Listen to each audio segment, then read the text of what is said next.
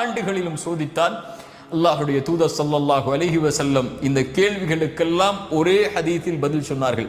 அல்லாஹ்வுடைய தூதர் ஸல்லல்லாஹு அலைஹி வஸல்லம் அவர்கள் சொன்னார்கள், இந்த பூமியிலேயே அதிகமாக சோதிக்கப்பட்டவர்கள் பாவிகள் என்று சொல்லவில்லை, நபிமார்கள் தான்.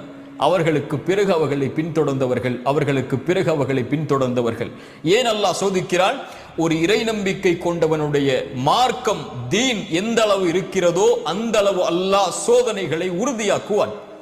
ஒரு இறை நம்பிக்கை கொண்டவனுடைய மார்க்கம் எவ்வளவு எளிதாக இருக்கிறதோ அவ்வளவு எளிதாக சோதனை வரும். என்ன அர்த்தம்?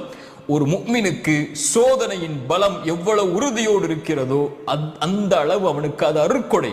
ஒரு முஃமினுக்கு சோதனைகள் அருட்கொடை. ஏன் அல்லாஹ்வுடைய தூதர் அந்த ஹதீஸுடைய இறுதியில் சொன்னார்கள், அல்லாஹ் அவனை விடுவதில்லை சோதிக்காமல். எந்த அளவு என்றால், அவனுடைய பாவங்கள் இல்லாமல் அவன் இந்த பூமியில்